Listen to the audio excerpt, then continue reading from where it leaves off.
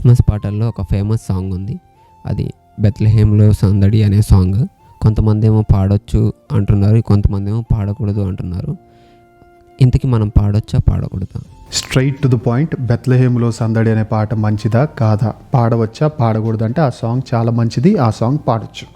అయితే మరి కొందరు పాడకూడదు అంటున్నారు కదా, కొందరు పాడొచ్చు అంటున్నారు కదా. ఏంటి, ఎందుకు పాడకూడదు అంటున్నారంటే, పాడకూడదు అని చెప్పేవారు సందడి లేదు అని అంటున్నారు, అందులో వేదన ఉంది క్రిస్మస్లో అని అంటున్నారు.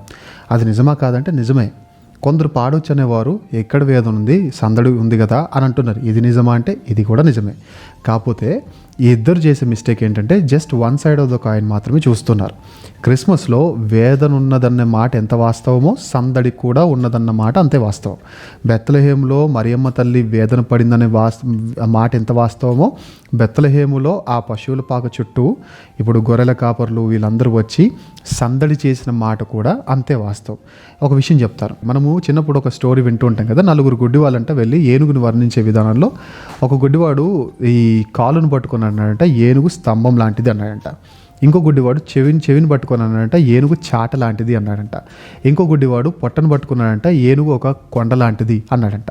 ఎందుకు ఏది కరెక్ట్ అంటే ఆ నలుగురు చెప్పింది వారి వర్ణన కరెక్టే, కానీ వారు ఒక్కొక్క విధానంలో వర్ణించారు.